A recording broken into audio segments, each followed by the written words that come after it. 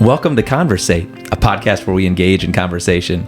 And on this episode, I, Pastor Kevin, am sitting down with Maura Leinonen and Karyn Fay, two members of our congregation who lead a ministry called Joyfully Following Jesus. In this conversation, you'll hear some of the origin story of this ministry, some of the pieces of each of their lives that led them to want to engage in this kind of ministry, and what it might offer, well, even for you. We are curious about what God is up to in the world and through this ministry, and we'll wonder about what's next for this ministry, and maybe even who's next. Well, as always, we hope that you learn something in this conversation, you can share it with someone else, and that you enjoy it. Oh, welcome, Maura and Karyn, to the podcast. If you're just listening today and not observing this room, well, you're missing out on a very cozy space where I have the chance to sit with just two women who are involved in our congregation. Golly, I'd have to ask, and maybe we'll discover it through our conversation, even how long they've been connected to this congregation beyond my time here. That's for certain. But Maura and Karyn both lead a ministry here in this church called Joyfully Following Jesus. And so I'm thrilled to have them on the podcast today to hear more about this ministry and maybe some of the stories of their lives through this ministry. So Maura, Karyn, welcome to the show. Yeah, thank you. Maybe just, give the hearers a little bit of a sense of your connection to this place. I kind of prefaced it there in the intro, my own lack of knowledge. I've heard it at some point, but I forget things. But so remind us, how long have you been a part of this congregation? What led you to this congregation? And if you want to include any other little detail about your personal life, throw it in there. You want to go first? Oh, sure. Okay. I've been part of this congregation for approximately 12 years. And prior to that, I belonged to another congregation, and it was time to move on. And so my daughter and son-in-law were attending, and I attended with them, and I felt very comfortable. So I joined. Prior to that, I worked very closely with his house on campus. I worked at Michigan Tech for almost 20 years. And how that all started, it's all a God thing. That's all I can say. Okay, You are where you are because God already knows where you're going to be. Let me put it that way. So I was working with my students, and as I was leaving the room and going back to my office, which was about a 2-minute walk max, I thought to myself, I'm talking to these young ladies as we're walking out, and I thought, gosh, God, it would really be fun or nice if I could get involved with some Christian women on campus. I walked back to my office. True story. There was a young woman standing by my door. And she said, "You don't know me, but I know you're a Christian, and I'd really wonder if you would mentor me." Well, after I could speak again, I said, of course.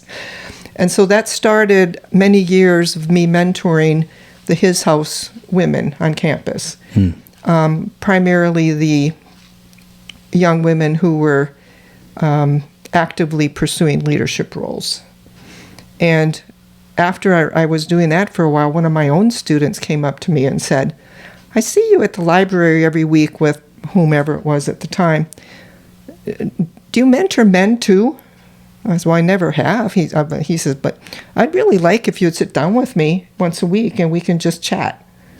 So that's how my His House experience started. Okay. And then I was here at church, and I was thinking about that. And I was thinking, I kind of miss that. I'm not at Tech anymore. I don't have those one-on-one relationships anymore. I would really like that. And then before I knew it, I was walking out, and this lady captures me and said, and I didn't know her very well, and she didn't know me very well. And she said, I'm thinking about starting this program called Joyfully Following Jesus. I wondered if you would be interested in helping. And she explained to me basically what it is, about mentoring people and of meeting together, etc. And it was like, well, yes. And she says, well, do you want to think about it? And I said, no. I said, this is exactly what I've been praying for. And so we started meeting, and we met together for weekly for what was it, 2-3 years? Yeah, something like that. And then this got off the ground. I'll let you take it from there. Yes, I appreciate you sharing that, Karyn, too. Just like your connection here, but also there's been this discipleship track sort of in your life, in your experience at a former stage, but now presently in this ministry. But yeah, Maura, go ahead. Remind us your connection to this congregation, any personal details you want to add. And I'd be curious to hear from your side, too, that origin of joyfully following Jesus, sort of where that came out of. Okay, so we've been here just over 20 years now, and when John and I moved up here, this was the first church we attended, and I think within a month we were accepted as members. It was a pretty good fit for us, and through the years I've been in leadership positions within the church, and also a parachurch ministry here for young mothers, and leading women's Bible studies, and all the while raising my kids. And then I would say about 5 years ago, it was during COVID, I had been in contact with my cousin, whom I hadn't interacted with for many, many years, and discovered through a short conversation with her that that she did not have any hope right now, which I thought was very peculiar, because we both grew up in the same church and baptized, confirmed, went the same history, but she had walked away from the Lord, and as a palliative care nurse in the midst of COVID, she was really struggling. And shortly after that conversation, we decided to meet together weekly on Zoom and work through the Gospel of John.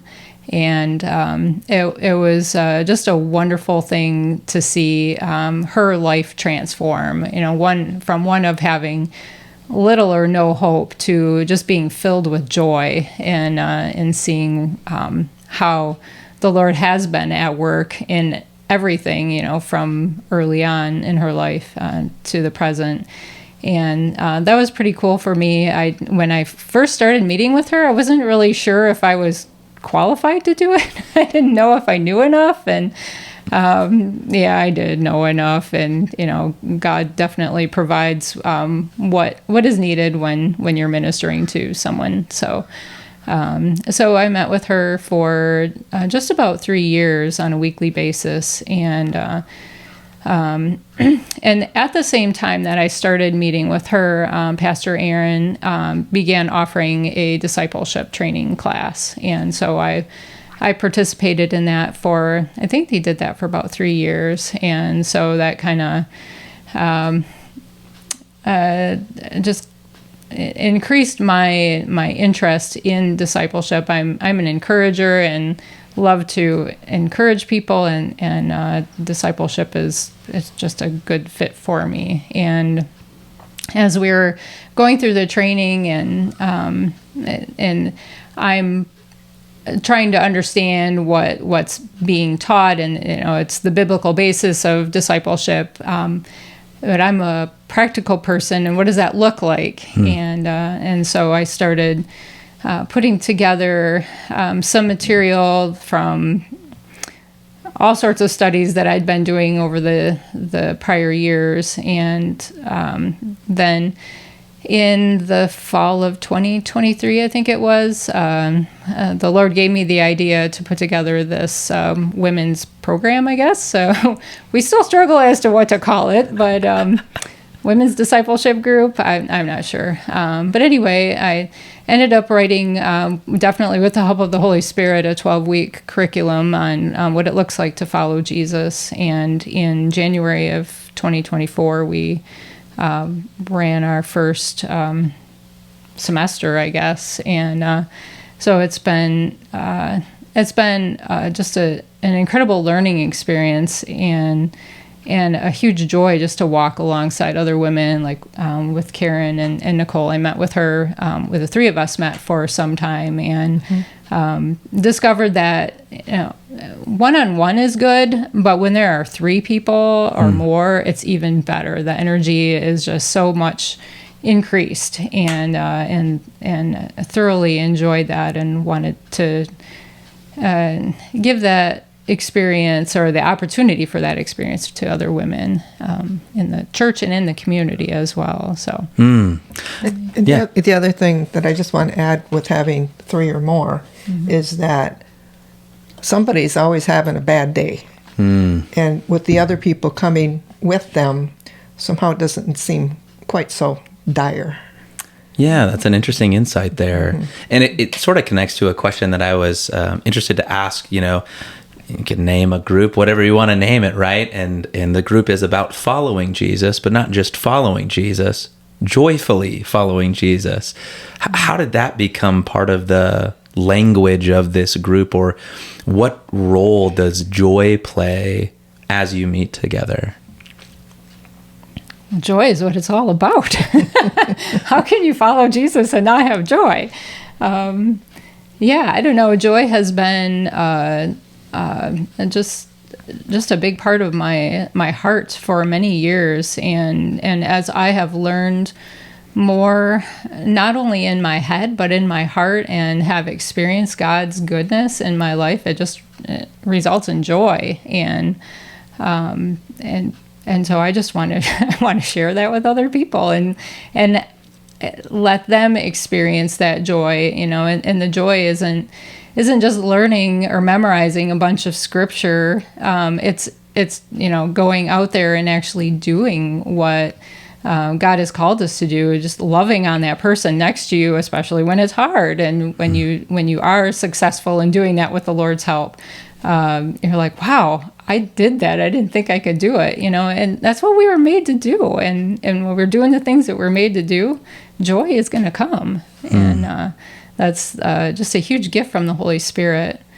And it's pretty cool to see the women that have gone through the program, that they're all about joy, and they always remind me about joy, and they're joyfully following Jesus, and so they get it. That's the fun part, is when you hear back that joy that they are seeing for themselves. Yeah, anything you want to add to that, Karen? Well, I think she said it pretty well, but the joy question that you had is that life is not always easy. It's just not. And I've lived through some very difficult times in my life, and even sharing those hard times and showing people that there's light at the end of the tunnel, that God is walking with you and he has a plan for you.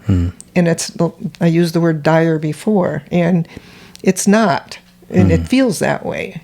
But when you're joyfully following Jesus, you find that joy even in the midst of catastrophic events that perhaps have happened in your life. Yeah, and I think we've talked maybe on this podcast, certainly in our preaching and teaching, that we see this in the garden, right? When there's the entrance of sin or Satan's activity, so often the dynamic is one of dividing, one of isolation. Adam and Eve separated from each other and from God. And so thinking about those joy elements, there's joy in seeing a difference being made. It sounded like, Maura, you were sharing. There's joy in really just your relationship with Jesus. But even that can be a learning thing. Not everyone, I think, understands that. Sometimes the way we've come to conceive of God or experience him in different settings, religious settings, doesn't necessarily instill that joy in us or remind us that that's part and parcel to the walk with Jesus. But also the community piece, Karen, that's what I hear you keep coming back to, is we do experience trial and tribulation and struggle, but when we're walking together with others, it sort of halves the burden, maybe. There's some shouldering there, and a sense of, like, even if I can't see the light ahead, if someone else can help point it out to me, that's useful. Okay, now I'm trying to keep in my head here this trajectory. So there's some dovetailing things. You've got this relationship with your cousin, which involves Joy too, in her sort of change. You've got those discipleship courses, seminars you're sitting in on. But then you guys are also meeting. And then at some point, it moves from, if I'm following correctly, you guys are meeting with Nicole as well. And then that goes from that setting to this larger, more open group setting. Is that right? Yes. So what was that shift like experientially, going from sort of living this out in a one-on-one or in a group of 3 to then the larger setting? What were some of the fun insights of that or experiences, but what was challenging about moving into a larger format? Just wondering if it was going to work. I remember that first meeting. Well, let me back up just a little bit. This woman is remarkable, and I'm going to say that for everybody to know. She wrote that 12-week program in warp speed time. Before I knew it, she said, okay, will you proofread this for me? And it's like the whole thing. And it's like, whoa.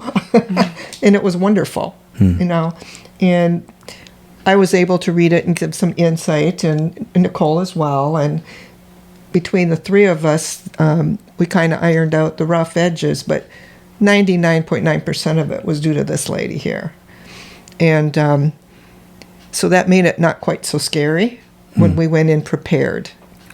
And we had been preparing this basically for 2 years with the idea that we wanted to broaden our experience and to start to introduce this discipleship training to other women. And that's how this kind of evolved. And it's been eye-opening for me to see how people, we all don't think alike. We all don't know the same things. And I remember one instance where we were talking about Paul, the Apostle Paul, and he was chastising I don't know, it was the Corinthians or somebody, but anyway, he was letting them know that he wasn't happy with what they were doing. And we were going through the scriptures, and this one woman said to me, he's kind of bossy, isn't he? And I said, yeah, but you got to consider his history. Well, this particular woman had no idea that Saul and Paul were the same person. And she knew Saul's story, and she didn't know that Saul was Paul in the New Testament.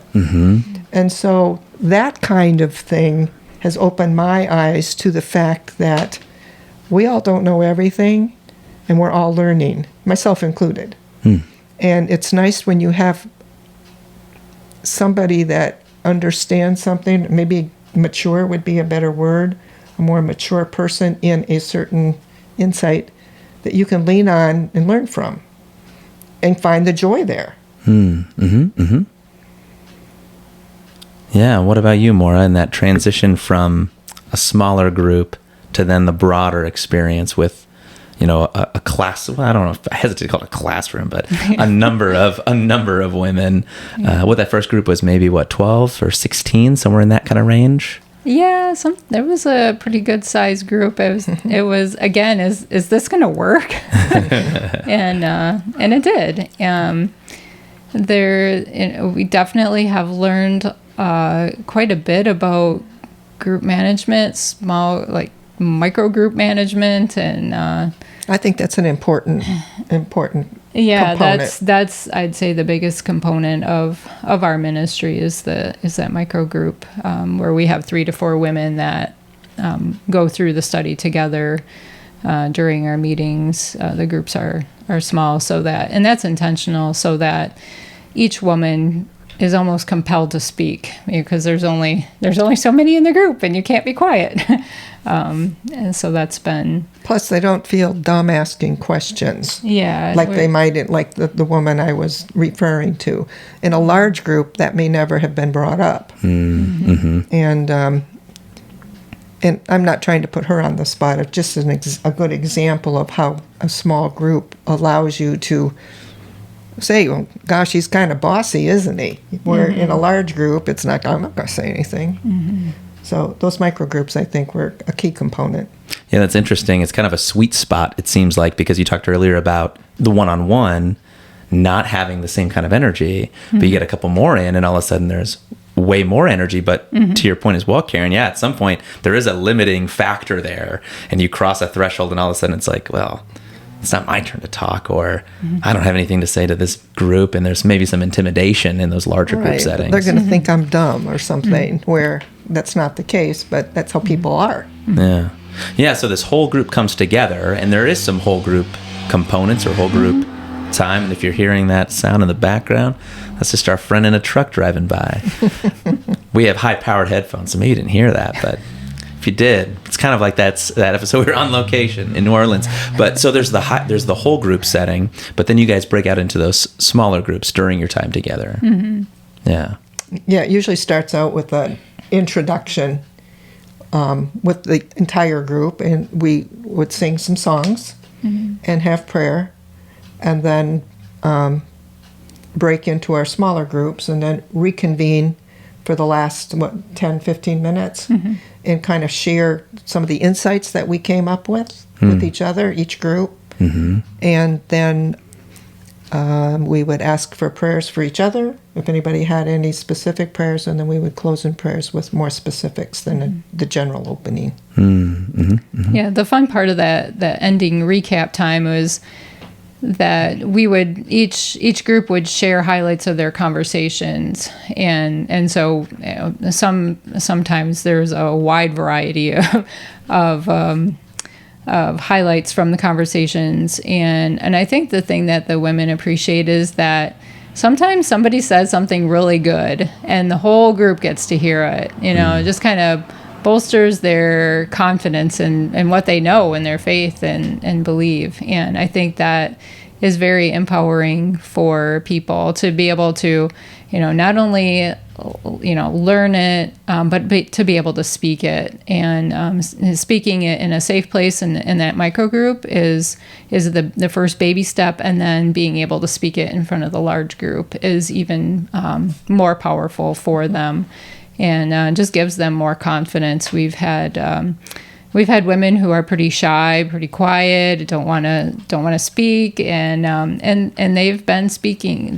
Throughout the time they spoke more and more in the large group setting. So that's been pretty fun to see them grow that way. And that's so interesting too, because it was part of your initial story as well, of that sense of, am I capable of this? With your cousin, right? Yeah. And I think that's something that many of us can resonate with. Just feeling like, I don't know, is a little inept in our Christian walk. Like, am I really capable of guiding someone else or teaching someone else? But these experiences give us that confidence. Yeah. Yeah. In the last semester that we went through, and each time we go through this, there's always a little tweak to the programming, and I think one of the last tweak that we did was affirmations of each other in the large group setting, where we shared with the person next to them that they are loved and valued. And so I think that makes it an even safer place, and where all the women are accepted, no matter where they are in their faith, in their life, and I think it's pretty cool because that it helps to move the women out of their little micro group, because they all sit at the same table each week, and they are forced to interact with the person at another table and at some point during our weeks, and so that helps to expand the connections within the ministry. So that's been, I think that's been a pretty powerful aspect of our time together too, is just being a safe place to learn and grow and speak your faith, and also we do encourage one another to keep an eye open for the person who needs Jesus, that hurting person, and everybody's pretty quick to be able to name somebody in their life who they know aren't doing real well, and we do come back and ask, so have you done anything? Did you send a card? And at one point, one of the women in the group, she sent a card, and she just wrote on the card, "You are loved and you are valued," and she put an address on it and put it in the mail. And those are powerful words. People don't hear that, and but just giving them kind of giving them the space to think about who, and recognize who in their life is hurting and needing Jesus is important too, and so that's been fun to have those conversations and kind of push a little bit, like try to do something, and then the next time you talk to them, did you do anything? No, not yet, but that's where grace comes in, and we all need those baby steps to take those scary steps, but yeah. Well, that also seems a bit consistent with different points of this kind of journey, where it's sort of the taking a breath and what's gonna happen. Karyn, in your story, right? I mean, anytime we pray to God and ask or sense him calling us in a certain direction, there's a bit of a breath holding, because it's like, he might answer this prayer. There might be someone waiting for me at my door. Yeah, that's right. 2 minutes later. The development of the JFJ kind of curriculum, but then presenting it to a group and saying, "Hey, sign up. We're gonna be there." And there's a bit of that breath holding, and who's gonna walk in the door that first day? Have there been other moments like that in your experience of this ministry, where it's sort of like okay, let's see what's gonna happen now? Either for you or maybe even for some of the participants. One particular situation comes to mind. There was an older woman who was rather set in her ways and had verbalized that she was not going to change at the beginning of the course. But then, as the weeks went on, she had a change of heart, and by the end of the semester, she had admitted that she had become more humble and was changing through God's grace, and that was pretty fun to hear about. She wasn't in my group, but and like this last time, we had several women who didn't know a lot about the Bible, and so we grouped them together so that they could learn together at a slower pace. That was comfortable for them, and so that was kind of cool too, just to see them. They were hungry for more, and they learned more, and I think many of them are coming back again, actually, which is totally cool. And then we had women who were had some biblical knowledge, maybe grew up in the church but didn't really live out their faith like the way they would want to. They're kind of paired together. Things those groups just kind of fell into place, and well, with a little bit of tweaking. So that was pretty neat to see how they all how all those groups formed this past time. And in each of us, Karyn and my daughter Danelle was a leader as well. How we grew in our groups, and having to the group management. How do you help the people that you're working with? Just working through all that, and it's been a good learning experience in that regard.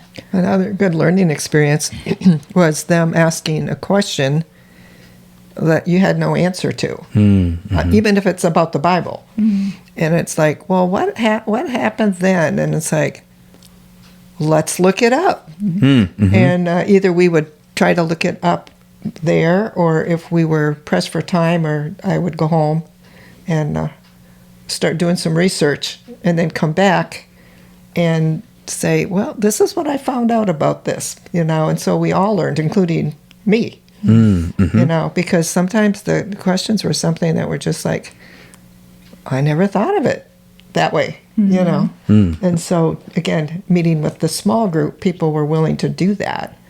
And then at the same time, gave us time to do the research and come back the next week. And it was all still fresh in your mind.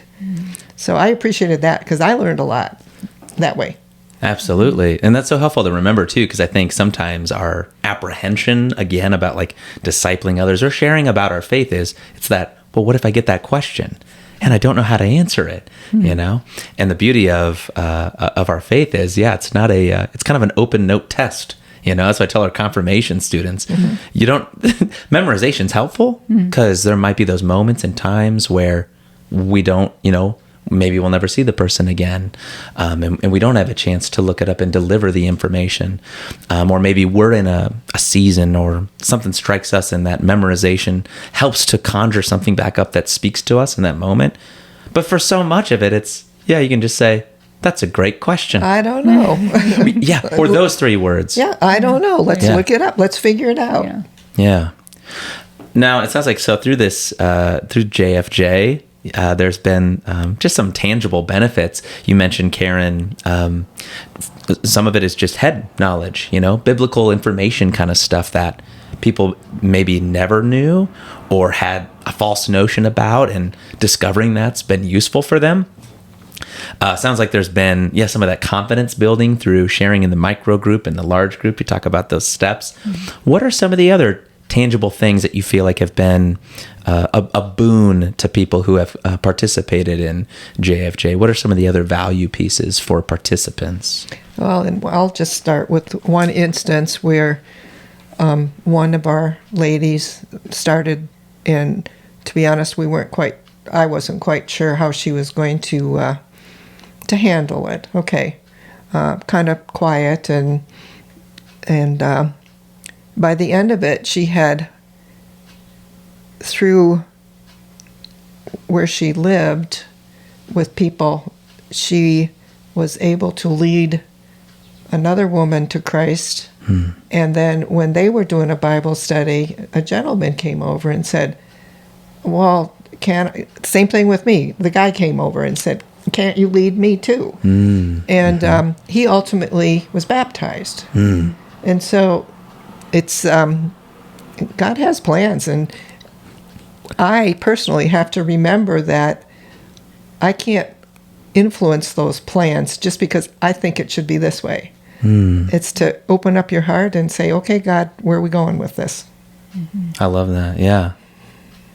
Yeah, for sure. There's another situation where a woman who I would have deemed unlikely to disciple other people has just blossomed in her faith and outreach, and that's just so encouraging to hear her come back and report that, oh, now she's discipling her sister and now her brother and buying a Bible and for them. And it's just like, wow, I did not see that coming at all, which is cool because it's not on me. It's the Holy Spirit for sure. And seeing him at work and you're not taking any burden on yourself. You're just letting him do his thing.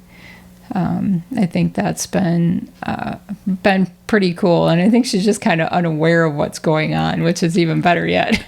Well, honestly, I sense that in both your stories, right? Yeah. Where and that's so true. We have our vision and our sense of direction and our plans, but God's always got something. He one-ups us, but in the best way. Oh, yeah. C.S. Lewis, his autobiography, I believe, he wrote it, and he called it Surprised by Joy. And that seems like a fitting phrase for this experience for you all, too. Like the joy, you talked about that, why joy? And part of it is, if I'm hearing you right, when we're tapping into the activity that God is doing, it catches us a little off guard, or it's surprising, like, really that quick, God, you respond, or like 2 minutes. or really that person, God, I didn't expect that, from them. And maybe that fill in the blank is even for us, I didn't know you could do what you do through me. And we hear these promises, in the scriptures and in church, but there's a difference in tasting it. And I think you're right that that experience of joy so often comes in the, the tasting of it, sort of the sensory, like I've experienced in some way this profound, your profound reality. Yeah.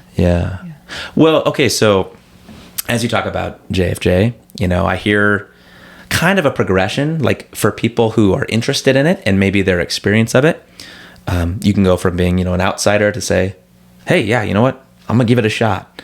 And maybe you sit through a session, or a 12-week session, and maybe you say, hey, I need more of that, and you come back for another 12-week session. But maybe you step up to be a table leader, or maybe you're offering, your answers in your micro group and in the larger level.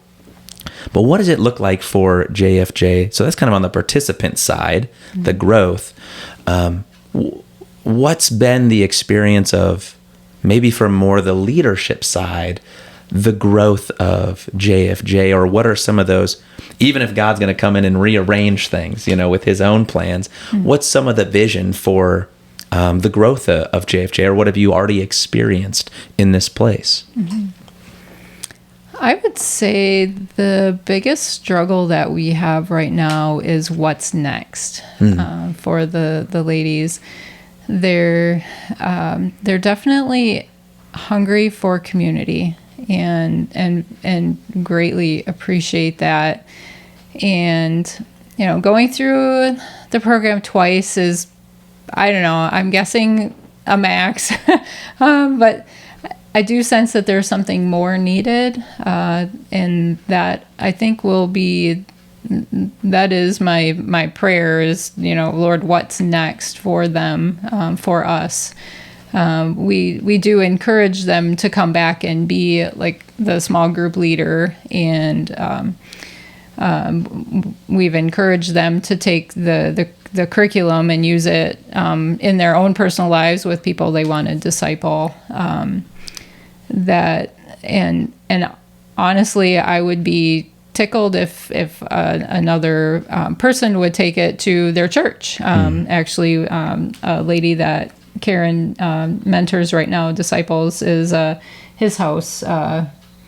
She's the leader at his house now. Yeah, she's and she was new to the community, and I'm still involved in his house after all this time, even though I'm not on campus. But so I was meeting with her after they first moved to the community, and I was telling her about this, and I had brought the curriculum, and I said, this is something you might be interested in doing for the students. And she says, well, I'd be interested in doing it for me. And so she joined us for a 12-week session, and now she's starting a new semester, this year, and she's starting some ladies' Bible studies, and she also has a brand new baby now. So, it's exciting. It's very exciting. Yeah. So there, this program is certainly not bound to this congregation, and I feel strongly that the Lord is going to use it elsewhere. There is another woman in Oregon who's using it with her online discipleship group, and they've been sifting through it slowly and enjoying that as well. So I'm not really sure where this is going to go next, but I know God has big plans for it, and just trying to be faithful to what He's given us to do with it right now. But yeah, he's got a bigger vision than I do. I'll show up. No, I love that. But that whole idea of, kind of what's next. And if you're around in our community or connected to Saints Peter and Paul, we're going to be asking who's next coming up in our fall kickoff series. And so it's similar, that idea of God's got bigger plans than we do. He's got the vision. We're just trying to tap into it and be a part of it because it instills joy. It's exciting. And it's something that He promised to do, through us. I want to give another shout out too, just to you both. As far as I understand it, you guys got some travel plans coming up in September, yeah? Yes, we do. Yeah, so there's a summit happening down in St. Louis, Missouri, because like Maura said, like with JFJ, it's not bound to this congregation. And these kinds of questions about how do you tap into what God's doing, or what's next, or who's next? Those are not bound to this congregation. The wider church is asking those same kinds of questions and wanting to respond faithfully to what God is doing. And so, especially in this moment, Karen and I, just before we got on, we're talking about, especially younger people are really leaning back into the church. There was a time when faith and religion was maybe more, I don't know, a little bit at arm's length for the younger populations, but maybe our Western culture has tasted enough of what the lack of that has brought. And so anyways, all that to say, there's wider movements of trying to respond to what God's doing. And so you two are traveling down to be a part of a summit. We submitted JFJ as a part of that. They were looking for 3 ministries. We didn't get the bid, but I'm still thankful that you guys are going down to help contribute to that and invest in those other ministries, but even get a chance, I think, to share, at least in a casual way, informal way, this ministry.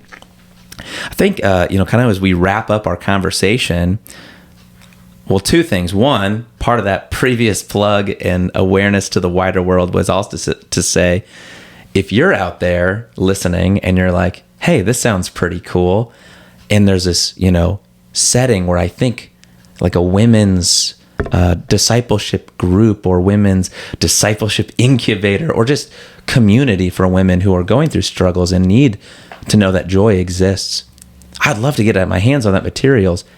This is my invitation to you. Reach out to Maura Leinonen or Karen Fay. I don't know if there's contact information you want to say over the internet. Our webpage. That's a great place to go. Yeah. Go to copperluth.org/JFJ. Right. Yeah. So check that out. Or if you're a person listening and you're saying, I don't know about another group that needs this, but maybe I would be interested. What would you say to the person who's kind of taking in this information? We're talking about this program, this 12-week session. Well, maybe a practical question is there one coming up that they can jump in on? But if they are wondering about jumping in, what would you say to a person like that who's sort of like, maybe they're taking in that breath, they sort of feel God's nudge, but they're like, I don't know. Is it for me really? What would you say to someone who's curious about what they hear and wondering, should I participate? Check us out. Absolutely. You can come to the first meeting. You're not bound to sign up for 12 weeks of something. Mm-hmm. We'd love it if you would, but at the same time, if you're just curious, or talk to us at church. I've had women come to me after services and ask me questions about it, and they have on occasion shown up, and I'm open. I will go to first service and you go to second service. So we got it covered. We got it covered. So just tackle me after church. Yeah, and we actually, and a person may discover that this isn't the right time for them. We had a woman who stopped midway through the semester, and she actually joined us again at a later semester and finished, and is thriving as a result. So, I would definitely say take a chance and just check it out. Yeah, so investigate. Go do some digging on this, copperluth.org/JFJ. Yeah. There is a ton of information on that page. Mm-hmm. Like, you really get a good flavor for what to expect. You've got testimonies on the bottom of that page from people who have done the course. Yeah. So you can find out, you can vet these two and say, like, was that just all their talk? Yeah. No, go. I can vouch for them and say, no, you'll find lots of... I don't think all the testimonies that have been given are included on that page, and it's already pretty long. Yeah. Yeah. I think what's been real meaningful to me is that I ran into one of the ladies, and she wasn't in my micro group, so she only heard me talking when I was the large leader. But we visited at the end and stuff. Everybody does. But this lady came up to me and said, "Oh, it's so good to see you," and she says, "You are valued and you are loved, Karen." And it was like, thank you. It's funny how you hear those phrases repeated back to you, even right. later. Yeah. Right. But there's if somebody wants to just check it out. There's nobody's got a magnifying glass on them to see if they're going to do it right or wrong or show up or not show up. And if it's not the right time, the right place, maybe the future holds something different. But we're certainly not going to hold anybody in condemnation if they just can't do it. We let God take care of the inviting. Yeah, absolutely. Yeah, is there anything else you'd want to add today, just thinking about JFJ? Any last final thoughts? Or when's our next session starting? September 15th. Well, there you go. Yeah, so you can sign up. We have a form on that webpage that you can sign up, or you can just show up to that first night.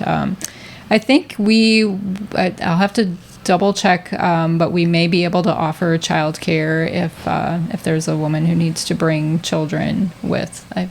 There's a general invitation for childcare offering there.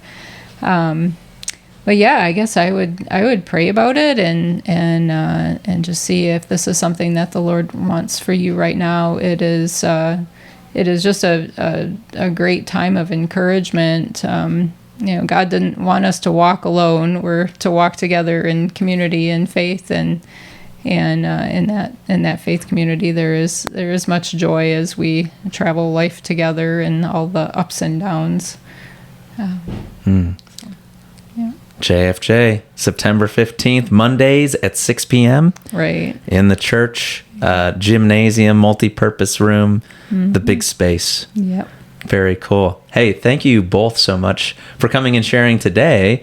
What a treat for me, truly, to be at this congregation with you, with leaders who are invested in their faith and wanting to help invest in the lives of others.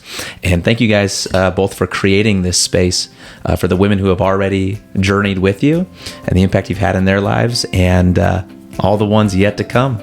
Yeah. What's next? Well, there's an open invitation to those who have gone through the program to be small group leaders. Yeah, right on. Yeah, come on back. They'll take you. Well, thanks so much again. Yeah, such a pleasure to have you both. And thank you. Wish you both the best and blessings on this round of JFJ and all that God has in store beyond it. All right, thank you. Thank you.